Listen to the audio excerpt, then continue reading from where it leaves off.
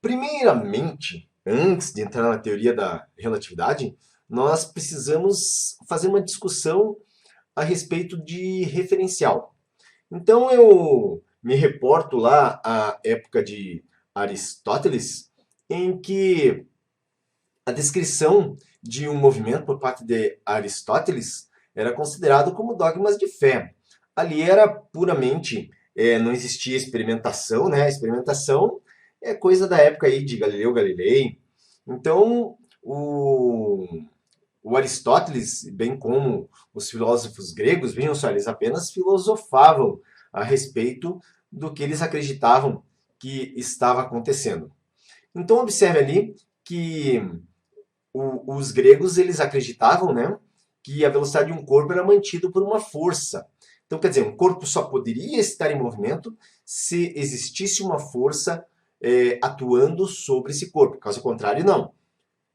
Bom, uma outra ideia também que vem dos gregos, que eles aplicavam ao movimento dos corpos, é que eles acreditavam, na verdade, nessa composição da matéria, de que nós tínhamos a terra, a água, o ar e o fogo. Seriam os 4 elementos aqui próximos à superfície terrestre, né? E no firmamento, além da Lua, ali existia o éter. E no éter tudo era perpétuo, tá? Mas nesse caso aqui, existia uma ordem para esses elementos, de forma que nós tínhamos a terra, sobre a terra deveria ficar a água, sobre a água fica o ar e o fogo nessa parte superior mais elevada. Então, por exemplo, por que eu coloquei essa foto dessa maçã em queda? Porque a maçã é um elemento como a terra. Então, o seu lugar natural é a terra. Uma vez que a maçã cai, o que acontece? Ela atravessa o ar para chegar na terra. Quando nós atiramos uma pedra na água, o que vai acontecer? Essa pedra, no caso, ela afunda para chegar, né, também na terra, porque abaixo da água fica a terra. Por que, no caso, por exemplo, um rio corre para o mar? O rio corre para o mar porque seria, né, o rio correndo para o elemento água. Então, era dessa forma aí que os gregos justificavam o movimento. E, como foi falado aqui, dogmas de fé.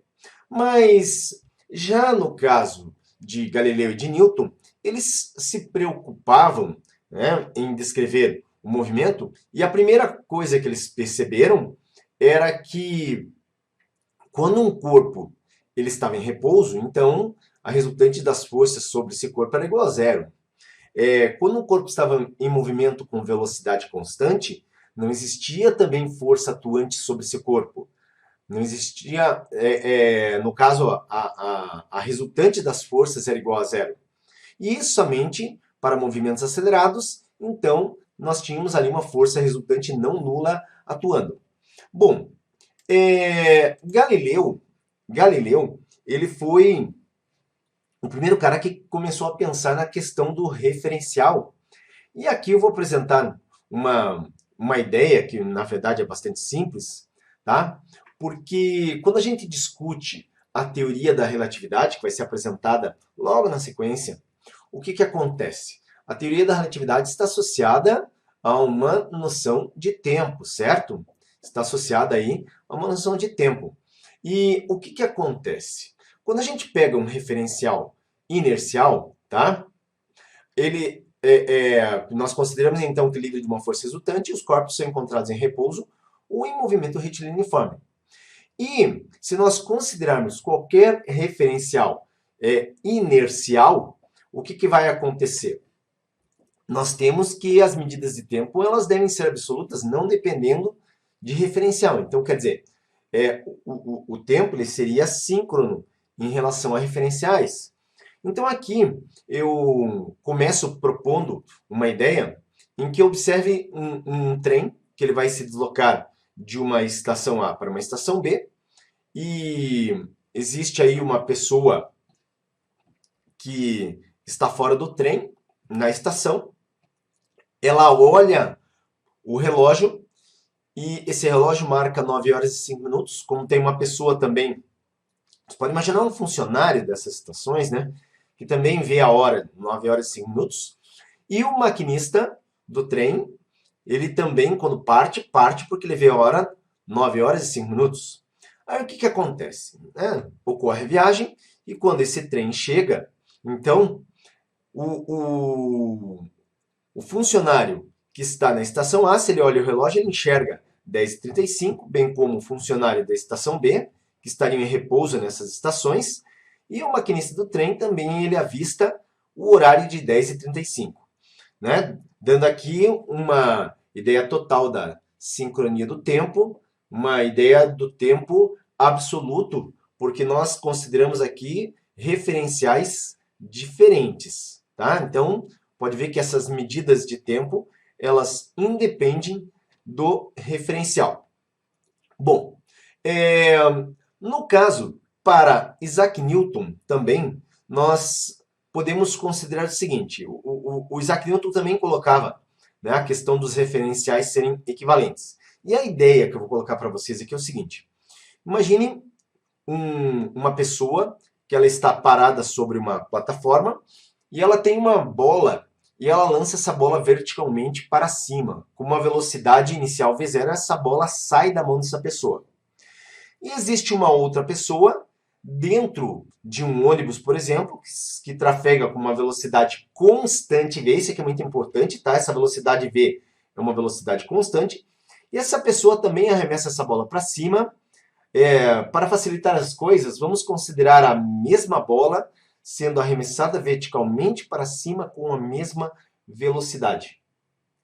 A questão aqui da equivalência dos referenciais seria justamente o seguinte, que é impossível distinguir um referencial do outro. Porque quando lançada para cima, a bola alcançaria a mesma altura nos dois referenciais, levaria o mesmo tempo para retornar à mão da pessoa que lançou e chegaria com a mesma velocidade na mão dessa pessoa, sendo que seria impossível a distinção entre um referencial ou outro num experimento como esse. O que eu estou querendo dizer é o seguinte, não dá para saber se, né, a pessoa lança e ela está dentro de um ônibus em movimento ou se ela está numa plataforma, porque seria exatamente a mesma observação, tá? Agora, observe que aqui nós vimos, então, né, justamente essa discussão aqui do fato dos referenciais serem considerados para situações em repouso o MRU, essa seria a condição dos referenciais, e a medida absoluta de tempo. Mas quando Maxwell desenvolveu as equações para o eletromagnetismo, surgiu um problema, tá? Que aparentemente exigia um referencial especial. Deixa eu explicar o seguinte, a gente viu recentemente a aula sobre força magnética, então observa aqui, ó. E é claro, se você está estudando para o Enem, para os vestibulares, você já tem conhecimento desse conceito que eu vou explicar agora. Então, olha só, nós temos um fio condutor, esse fio condutor ele é atravessado por uma corrente elétrica. E nós sabemos que todo fio condutor atravessado por uma corrente elétrica são cargas elétricas em movimento, gera, né, o fio condutor gera ao seu redor um campo magnético. Esse campo magnético ele é perpendicular ao plano que contém o fio. Esse campo magnético ele é representado por linhas de campo circulares com centro nesse fio. E esse campo magnético, quanto mais distante do fio, menor a intensidade, quanto mais próximo do fio, maior a intensidade. Tá?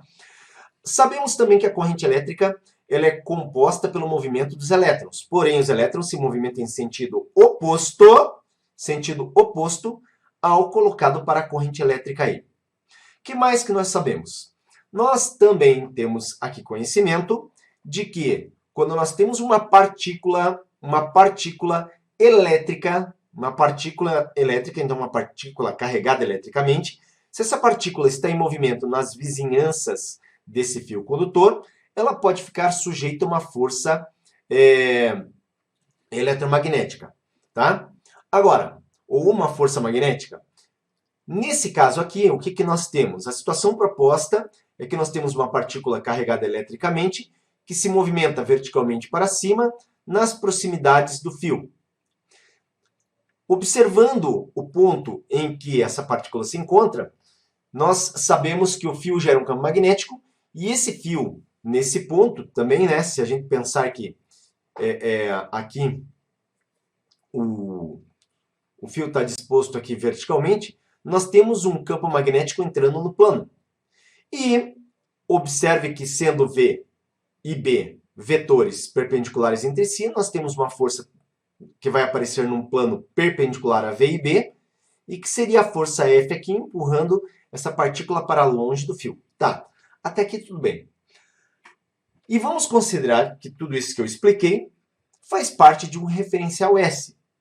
Agora, nós vamos fazer uma mudança de referencial, tá? Nós temos aqui o mesmo fio, a mesma partícula que está em movimento com velocidade v, porém, nós fazemos com que esse fio se movimente verticalmente para baixo com uma velocidade v. Quando nós fazemos com que existe esse movimento do fio com velocidade v, o que acontece? Ó, eu vou voltar lá no referencial S, porque esse aqui é o novo referencial S', e eu quero que você preste atenção que os elétrons se movimentavam para cima com velocidade v. Se o fio é movimentado para baixo com velocidade v, observe que o movimento do fio para baixo anula completamente o movimento dos elétrons. Então é como se os elétrons estivessem em repouso no nosso fio condutor. Mas os prótons, nessa situação, lembre-se que eles são partículas que estão lá no núcleo do átomo. Então os prótons aqui estariam, teoricamente, em repouso. Como o fio agora é movimentado verticalmente para baixo com velocidade v, então nós temos um movimento para baixo dos prótons. E lembre-se que a corrente elétrica, ela, no caso, quando ela foi determinada, ela estava de acordo com o movimento dos prótons, porque ainda não era conhecido o elétron. Então, beleza, isso não muda o sentido da corrente. Porém, devemos lembrar que a carga elétrica que estava em movimento aqui, ela tinha um movimento para cima com velocidade v igual à velocidade dos elétrons, certo? Agora, nós estamos considerando um novo referencial em que o movimento do fio é com velocidade v para baixo, que era a mesma velocidade que os elétrons iam para cima, portanto, anulando totalmente a velocidade dos elétrons. E, portanto, se essa carga tinha a mesma velocidade dos elétrons no movimento para cima, o que acontece com essa carga? Ela também, nesse caso, né, ela está em repouso em relação ao fio. Isso significa que se essa carga está em repouso em relação ao fio, a força sobre ela é igual a zero. Mas veja uma coisa, isso aqui corresponde a um movimento do fio condutor com velocidade constante. Então, quer dizer, se o movimento do fio corre com velocidade constante, isso aqui é um referencial inercial. Aqui o fio estava em repouso, então esse aqui também é um referencial inercial. E de acordo com o postulado de Newton, o que vai acontecer? Nós teríamos que obter, nas duas situações, exatamente o mesmo resultado. Sendo que, para o fio em repouso, no referencial S, nós temos uma força F. Para o fio em movimento, essa força sobre a partícula simplesmente não existe. Então, observe que nós temos um problema aqui que nos faz pensar se, no caso do eletromagnetismo, precisa existir um referencial especial, então. Mas esse problema é mais complexo, porque nós, então, começamos a nos perguntar se existe a necessidade de um referencial especial. Que referencial seria esse? Bom, o que os físicos fizeram, então, para resolver esse problema? Primeiramente, eles imaginaram que aqui seria necessário, então, para resolver o problema, passar a considerar passar a considerar a existência do éter, de forma então que a luz se propagaria através do éter, que permearia aí o ar e o vácuo, inclusive. Então, essa era a ideia para poder resolver esse problema. Mas a questão é o seguinte, vejam, essa ideia do éter, ela foi refutada através de um experimento que está colocado aqui, ó, feito por Michelson e Morley. E esse experimento, no caso, refuta a ideia do éter pelo seguinte, vamos explicar esse experimento. Então, primeiramente, para o éter existir, o éter ele era algo praticamente mágico na sua concepção. Por quê? Porque ele tinha que ser rígido, extremamente rígido, para que as ondas luminosas se propagassem através dele com uma velocidade altíssima. Tá? Nós estamos falando de luz, então nós precisamos de um meio em que um meio elástico, né, na verdade, é muito rígido para que a luz propagasse, então, com a própria velocidade que ela tem através desse meio, ou estaríamos considerando velocidades altíssimas para ondas. Só que, ao mesmo tempo, como esse meio estaria permeando a tudo, ele teria que ser extremamente tênue, porque os astros teriam que se movimentar através dele. Então, veja a dificuldade já na concepção desse meio. Mas o experimento que o Michelson e o Morley, então, eles consideraram, é que é o seguinte, o éter, se ele está, né, envolto do planeta Terra, então deveria existir um vento de éter, de forma que a luz seria certamente arrastada por esse vento de éter. Então a ideia deles foi fazer o seguinte, foi lançar um raio luminoso, esse raio luminoso ele seria dividido em dois raios que se propagariam em direções distintas entre si. Um raio iria na direção do movimento da Terra e o outro numa direção perpendicular. Os caminhos percorridos pelos raios de luz seriam rigorosamente o mesmo. E o que eles acreditavam? Eles acreditavam se a luz ia percorrer exatamente o mesmo caminho e se nós tínhamos um feixe de luz que acompanhava o movimento da Terra, consequentemente, o próprio movimento do éter, e o outro iria numa direção perpendicular, deveria haver, na hora que esses raios de luz fossem detectados, um atraso de um raio em relação ao outro. Mas não foi o que aconteceu. Os tempos obtidos foram exatamente iguais. E logo, né, a teoria do éter ela foi refutada em função desse experimento de Michelson e Morley. Então observe que quando nós chegamos nessa época, o que havia então de conhecimento, né?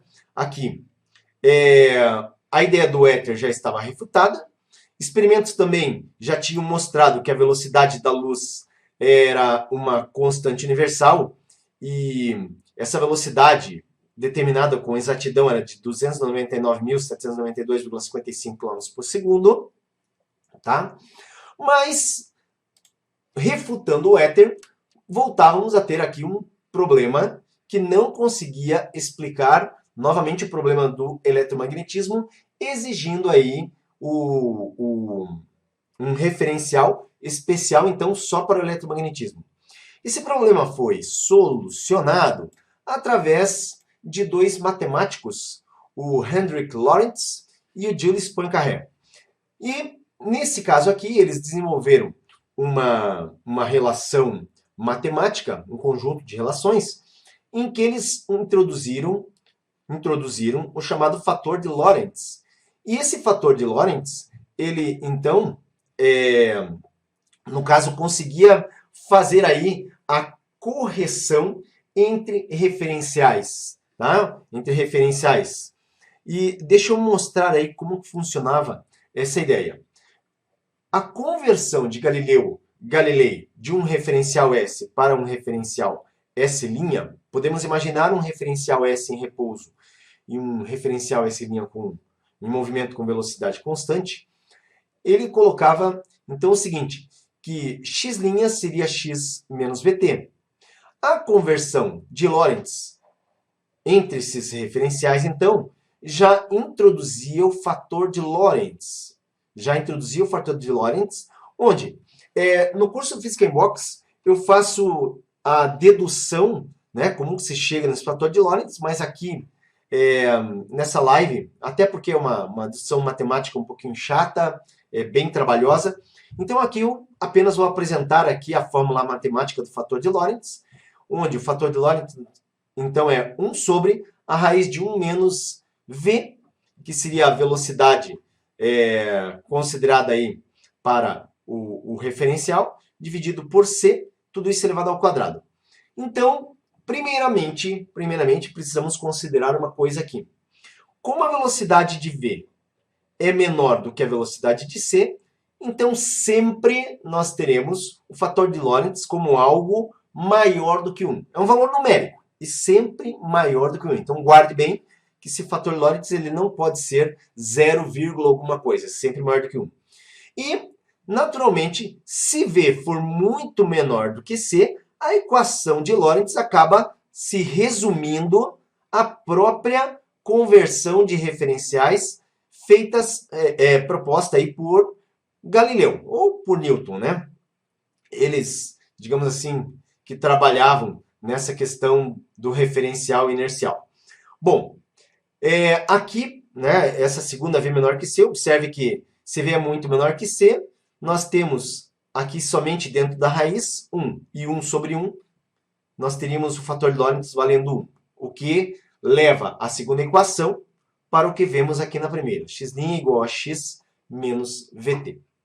Bom, então observe que Lorentz e Poincaré, quando eles desenvolveram essa equação, né, do fator de Lorentz, para eles era considerada apenas uma curiosidade matemática, mas que conseguiu resolver o problema do eletromagnetismo, porque quando considerado então o referencial S, né, e o referencial S' através do fator de Lorentz, isso aqui corrigia o problema e o resultado daí obtido era exatamente o mesmo.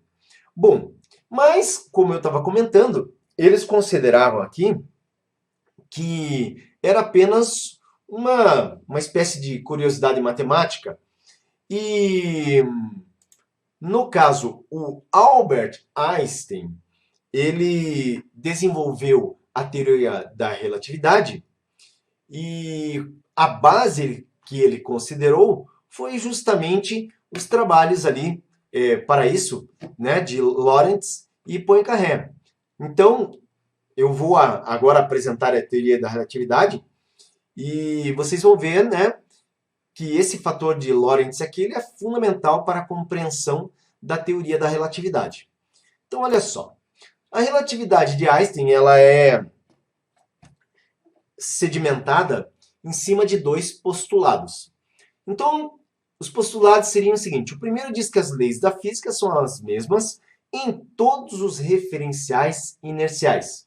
Então, não importa, não existe nenhum referencial privilegiado, tá? Não existe nenhum referencial privilegiado. As leis da física são as mesmas em todos os referenciais inerciais.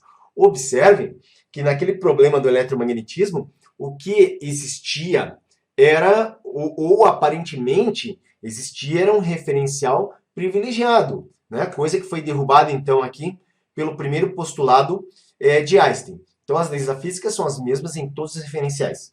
O segundo postulado é que a velocidade da luz no vácuo vale 3 vezes 10 oitava metros por segundo em todos os referenciais inerciais, independente do movimento da fonte em relação ao observador.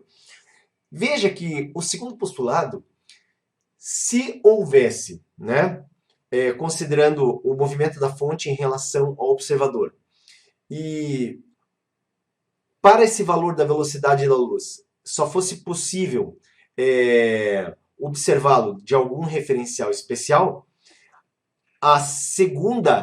o segundo postulado, ele eliminava totalmente o primeiro, porque daí nós temos que as leis da física são as mesmas, né? A mesma em todos os referenciais iniciais. Então, quer dizer, a primeira e a segunda são postulados que nós consideramos que eles estão, inclusive, amarrados, tá? Agora, veja só. A relatividade de Einstein, ela, né, tem algumas implicações. Eu vou mostrar aqui 4 implicações. Das várias implicações que existem para a teoria da relatividade de Einstein, eu vou mostrar 4 delas, tá? Então, observa aqui a questão da não simultaneidade de eventos. Aqui nós temos um vagão e uma pessoa se encontra dentro desse vagão. Essa pessoa que está dentro do vagão, ela é observador. Então, aqui, né, para nós é indiferente se esse vagão ele está em repouso ou se ele está em movimento com velocidade constante com essa pessoa no interior do vagão. O que vai acontecer é que para esse observador, quando a luz do vagão for acesa, nós temos então a luz se propagando em todas as direções, mas considerando aqui a luz como onda, quando a onda atingir a parede B do vagão, né, essa onda que se propaga para o lado oposto vai atingir no mesmo instante de tempo a parede A do vagão. Então esse observador, ele simplesmente enxerga a onda atingindo as duas paredes simultaneamente. Agora observe que quando o observador se encontra fora do vagão e o vagão se movimenta com velocidade v, o que acontece? Nós temos a onda se propagando, porém, o que acontece aqui?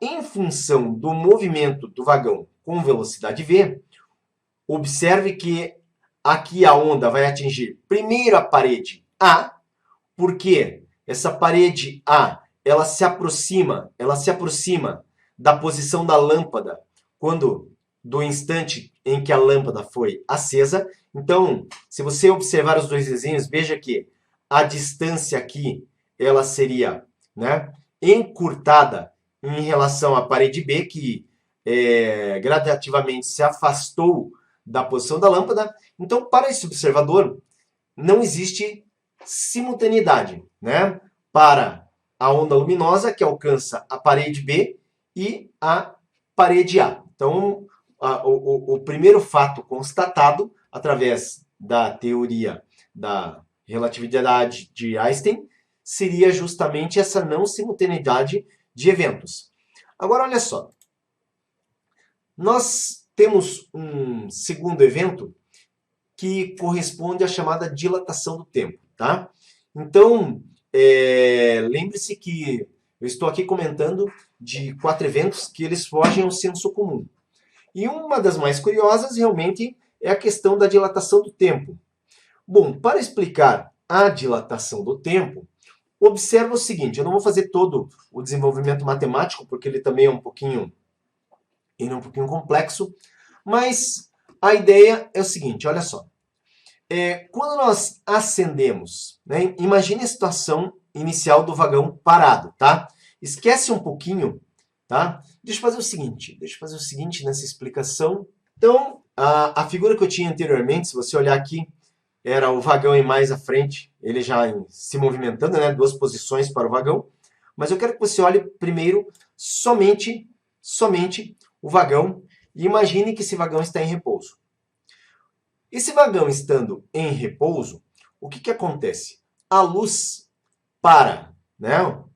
Imagine um raio de luz quando a lâmpada é acesa. Esse raio de luz para atingir verticalmente o chão, numa posição, então, vertical no chão, esse raio de luz percorre uma distância d, tá? E gasta um tempo que a gente chama de ΔTr, que seria o intervalo de tempo que a luz gasta para atingir esse ponto com o vagão em repouso. Agora, vamos considerar, né, que a luz ela vai atingir esse ponto verticalmente abaixo, porém o vagão se movimenta com uma velocidade v para a direita. E você pode imaginar essa lâmpada apagada, o vagão em movimento com velocidade v, de repente essa lâmpada ela é acesa. O que vai acontecer é que nós precisamos considerar o seguinte: ao mesmo tempo que a luz está se movimentando verticalmente para baixo, nós temos o vagão se movimentando horizontalmente para a direita. Então, nós devemos considerar que nós temos uma velocidade da luz que é dada por c, tá? Que é um valor absoluto, independente do referencial. Nós temos uma velocidade dada por c. E nós temos a velocidade do vagão. Observe aqui que, como nós temos um movimento, né, dois movimentos que ocorrem simultaneamente, a trajetória desse raio de luz seria dado por S. Aqui é claro que totalmente fora de proporção, mas seria dado por S. E quando a luz atinge o chão do vagão, então nós tivemos uma trajetória S descrita. De forma que nós podemos aqui dizer que o tempo, tá? Vamos agora para outra figurinha, né? Porque aqui fica um pouquinho diferente. Deixa eu mostrar aqui. Né? Olha só. S, a distância S percorrida, então seria o quê? A velocidade da luz, porque foi a luz que percorreu esse trajeto, multiplicado por ΔTm. ΔTm significa intervalo de tempo do vagão em movimento, tá? E x seria a velocidade do vagão vezes ΔTm, que é o intervalo de tempo para o vagão em movimento. Bom, não esqueçamos da equação para quando o vagão estava em repouso, que o tempo para percorrer a distância d na velocidade da luz, esse tempo ΔTr seria a distância d dividido por c. A questão aqui, gente, é o seguinte, que o desenvolvimento matemático, que aqui, né, até me desculpe que eu pulei esse desenvolvimento matemático, porque aqui seria matemática pura, né? Mas ΔTm, que seria o tempo do vagão em movimento, para nós é um intervalo de tempo dilatado que nós chamaremos de ΔT. Então é o tempo que se dilatou.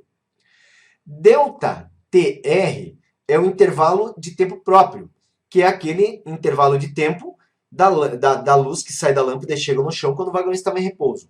Observe que aqui nós temos o fator de Lorentz, de forma que nós podemos dizer que o tempo dilatado é o fator de Lorentz vezes o tempo próprio.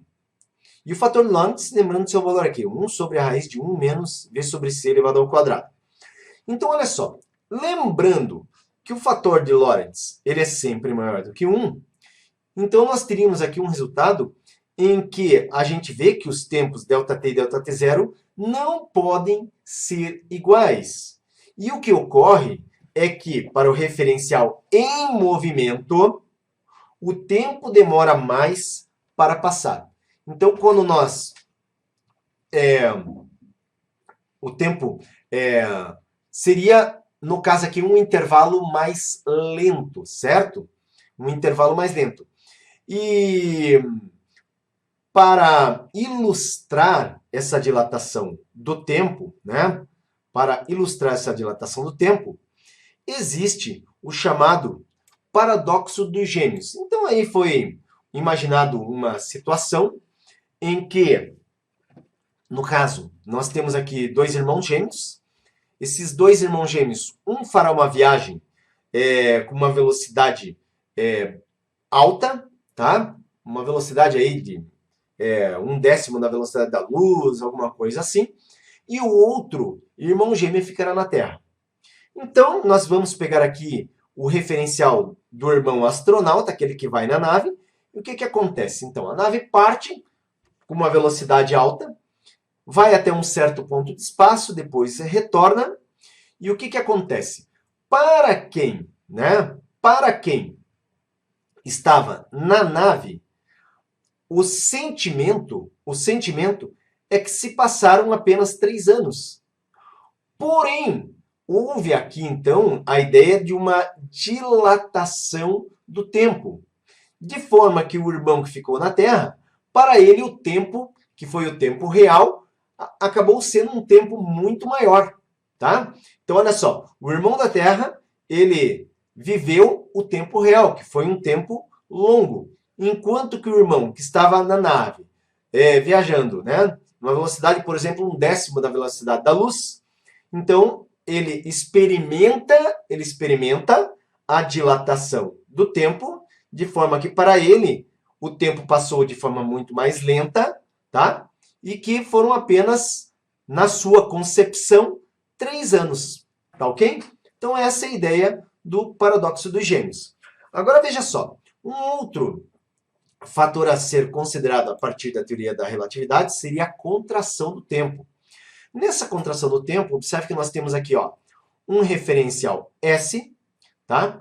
Que corresponde a, nessa nossa análise, nós vamos fazer uma medida do tamanho da estação, tá?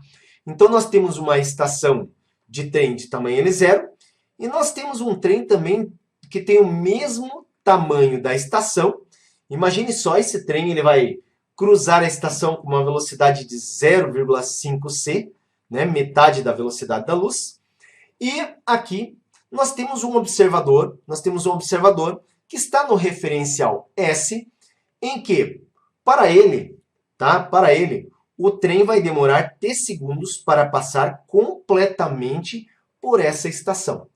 Então, na concepção desse observador, ele pode ter o seu relógio lá, ele vai perceber que o trem, que tem o mesmo comprimento da estação, vai demorar t segundos para passar completamente pela estação.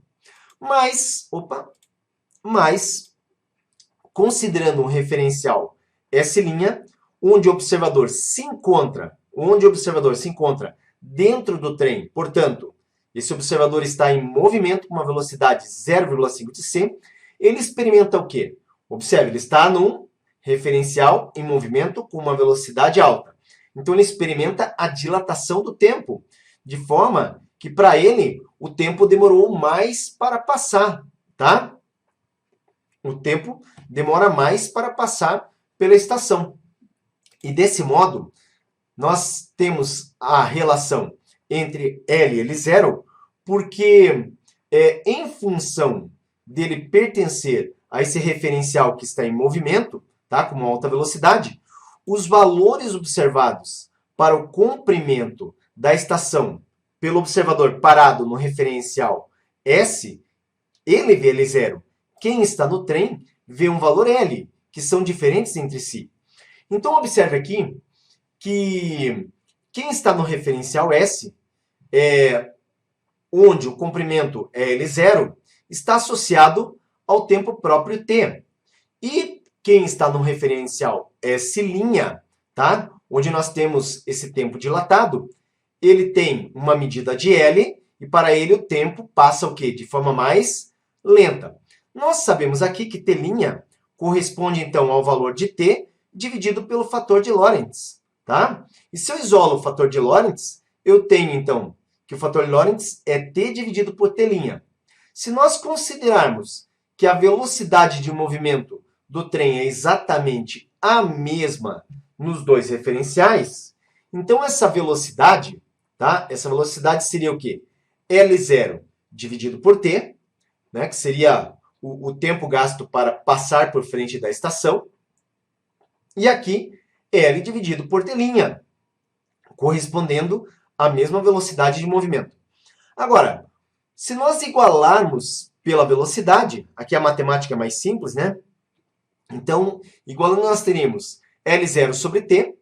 Observe que aqui os termos relativos ao referencial S e L sobre t' relativos ao referencial S'. Se eu isolo L0, então eu tenho t vezes L dividido por t', mas observe que aparece o nosso fator t sobre t', que é o fator de Lorentz. Então, nós podemos dizer que L, que seria o comprimento observado para o referencial S', ou seja, para aquele maquinista onde ele é observador, ele está dentro do trem. Então, L é igual a L0 sobre gama. Ou seja, ele vê o quê? Uma contração, ele vê uma contração do espaço, porque gama é maior do que 1, o fator de Lorentz é maior do que 1. Então, para ele, o comprimento L seria pegar o comprimento próprio da estação L0 e dividir pelo fator de Lorentz. Por isso, a contração do tempo.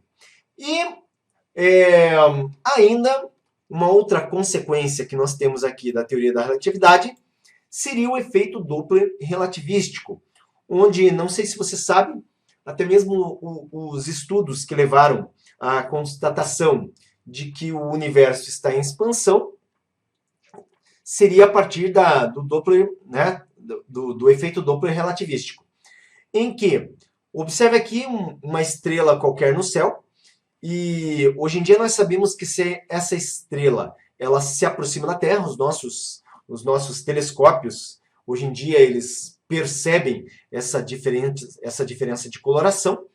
Então os raios luminosos eles tendem para o azul no caso de uma aproximação. Então a onda luminosa ela tende a uma coloração do azul quando está havendo o movimento de uma galáxia, o movimento de uma estrela em direção ao observador. Tá?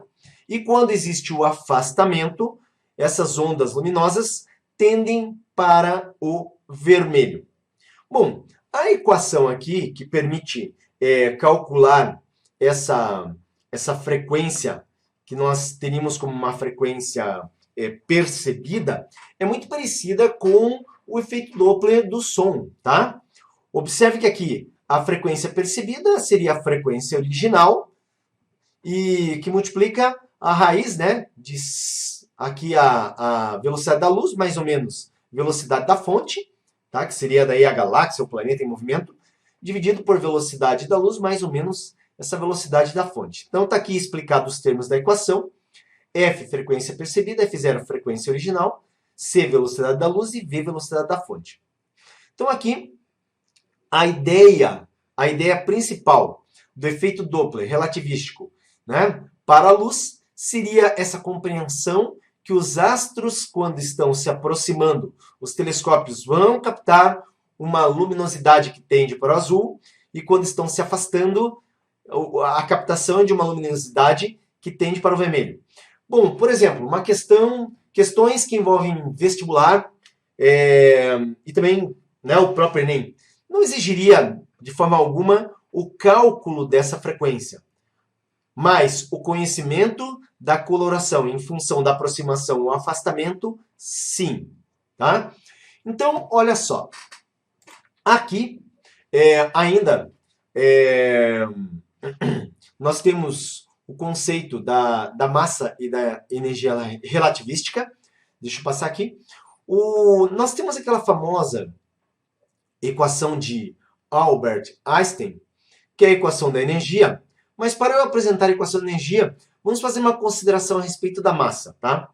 Então, o Einstein, ele colocou que, ou é consequência, né, da teoria de Einstein, que quando um corpo está em movimento com uma velocidade próxima à velocidade da luz, a sua massa, ela, no caso, se torna maior. Ela se torna maior.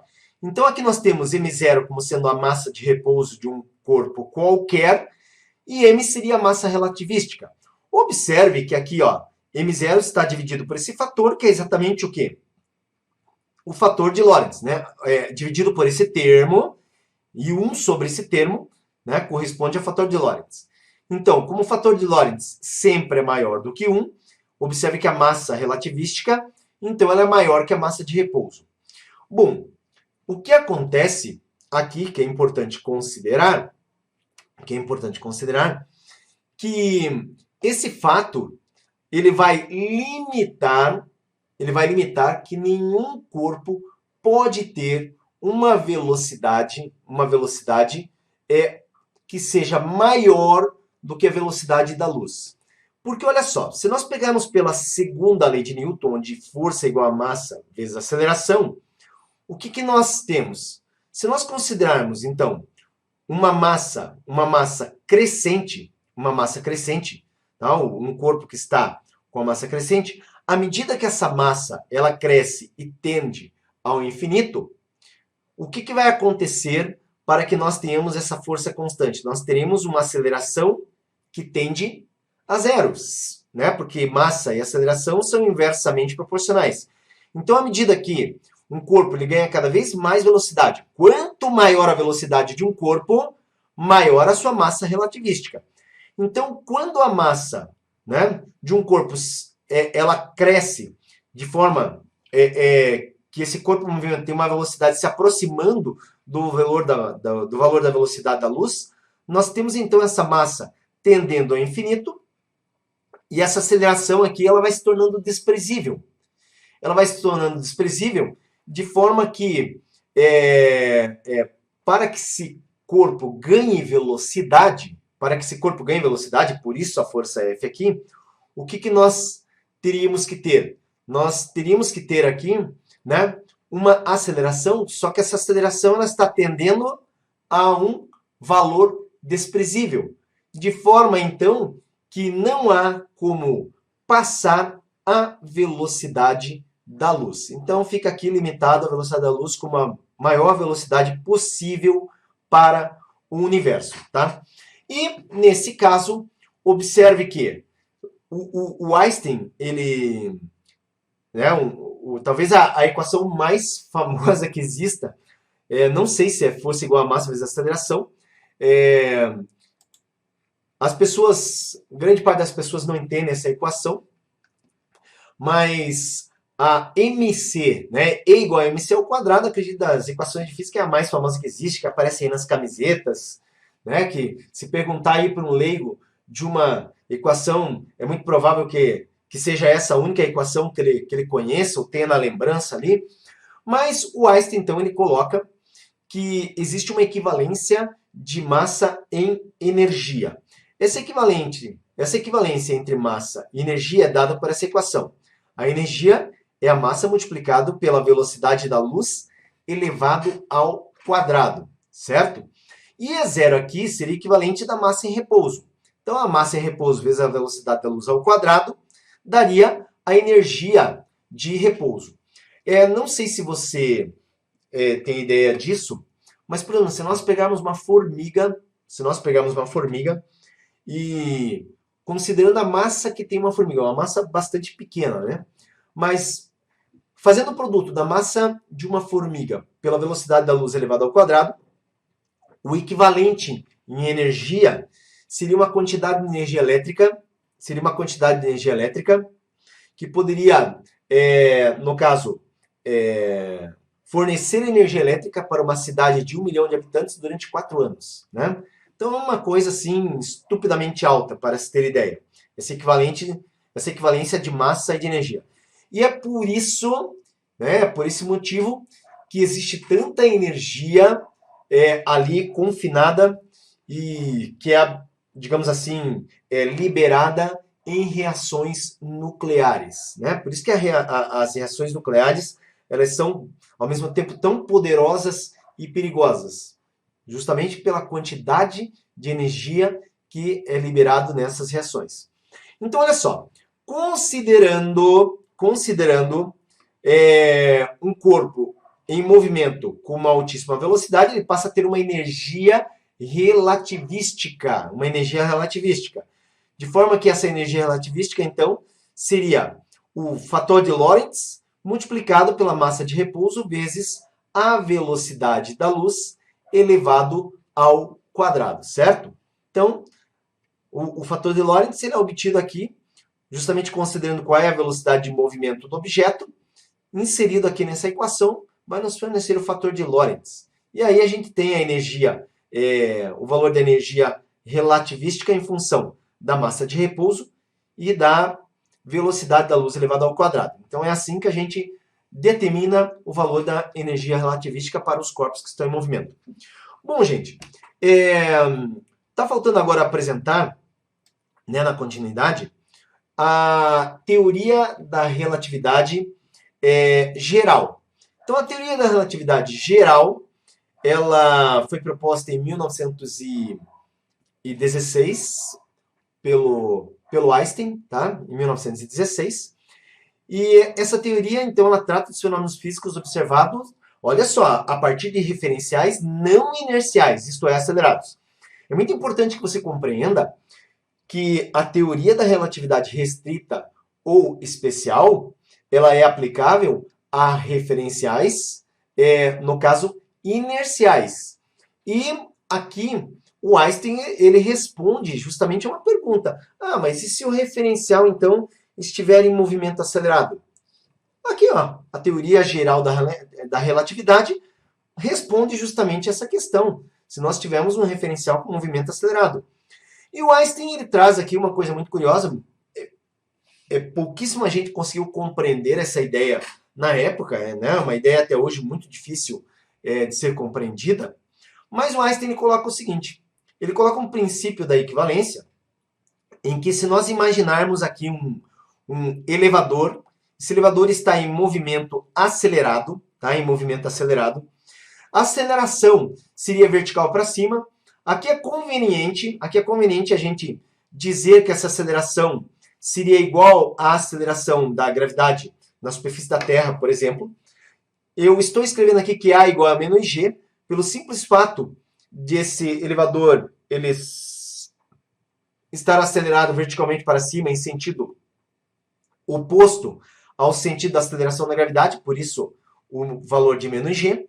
Mas a teoria proposta por Einstein dizia que se nós tivéssemos esse referencial acelerado, que seria esse elevador, e nós tivéssemos uma lanterna e ligássemos a lanterna, né, e um observador estivesse dentro aqui do elevador, ele imediatamente veria a luz fazer uma curva, tá?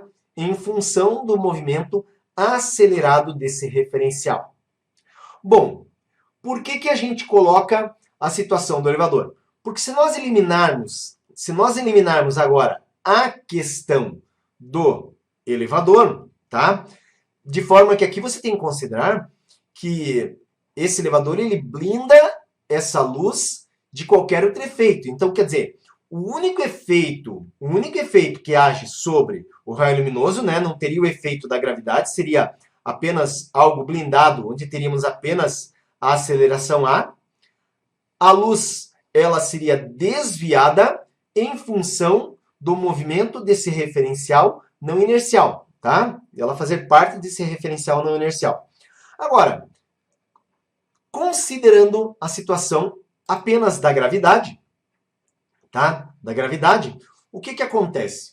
Nós temos a mesma situação, né? Lembre-se que ali a proposta do elevador é uma aceleração A igual a menos G.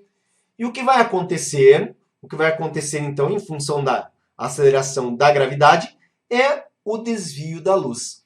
Isso aqui foi proposto por Einstein em 1916. Tá?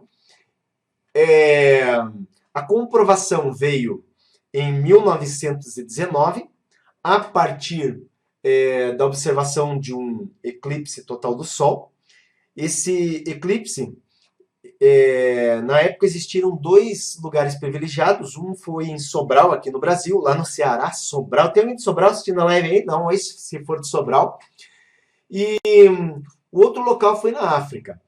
Essa figura ela demonstra o que, gente? Ela demonstra a curvatura espaço-tempo, tá?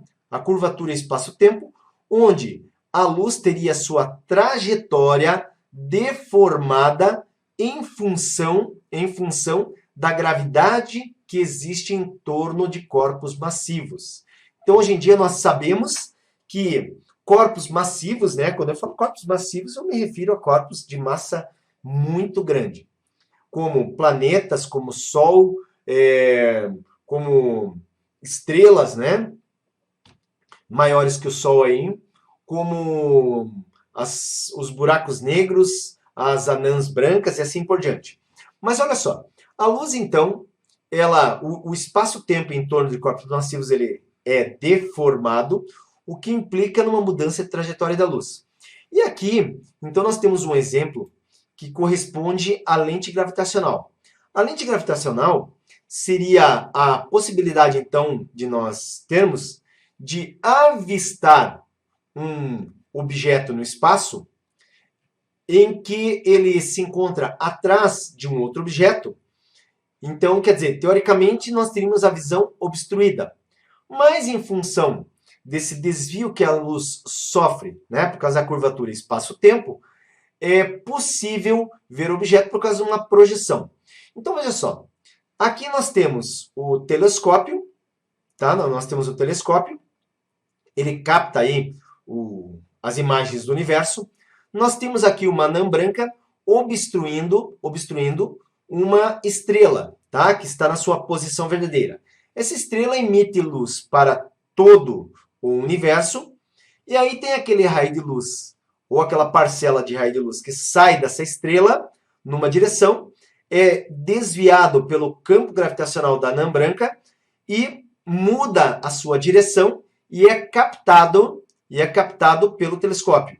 Mas aonde que essa imagem aparece? Aparece numa posição em que a gente considera uma posição mais elevada em relação à sua posição real, porque é uma imagem, nesse caso, então, projetada numa posição diferente a que ela existiria, tá?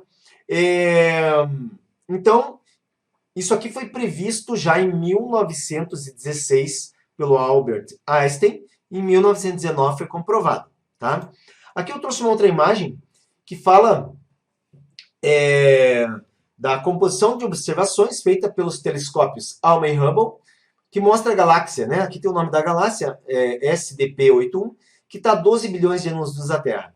Gente, o que seria essa imagem? Essa imagem aqui, tá? Esse anel aqui formado, seria uma galáxia que é obstruída por uma galáxia que se encontra à sua frente. Então, os raios oriundos dessa galáxia, quando eles atravessam a galáxia colocada à sua frente, eles são desviados e direcionados para o telescópio, que no caso foi o Hubble e a ALMA, e a imagem então formada corresponde a esse anel, tá? A esse anel. Aqui existe um exemplo dessa situação. Então, olha só, a galáxia que se encontra à frente, essa galáxia, segunda galáxia, que é a galáxia que está sendo observada, mesmo com a outra galáxia estando à frente sendo maior, tá? Então seria a galáxia que se encontra atrás. Imagine os raios luminosos saindo em todas as direções e uma parcela desses raios luminosos, quando passa nas proximidades da galáxia que está à frente, o que vai acontecer?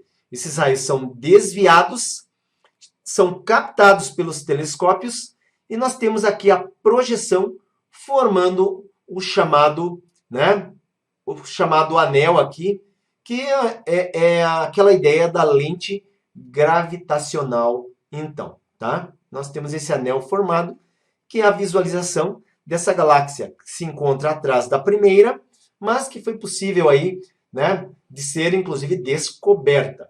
Porque, imagine, no universo, quantos corpos celestes estão obstruindo a visão de outros. E, em função dessa teoria da relatividade geral, é possível ter a visão desses corpos celestes.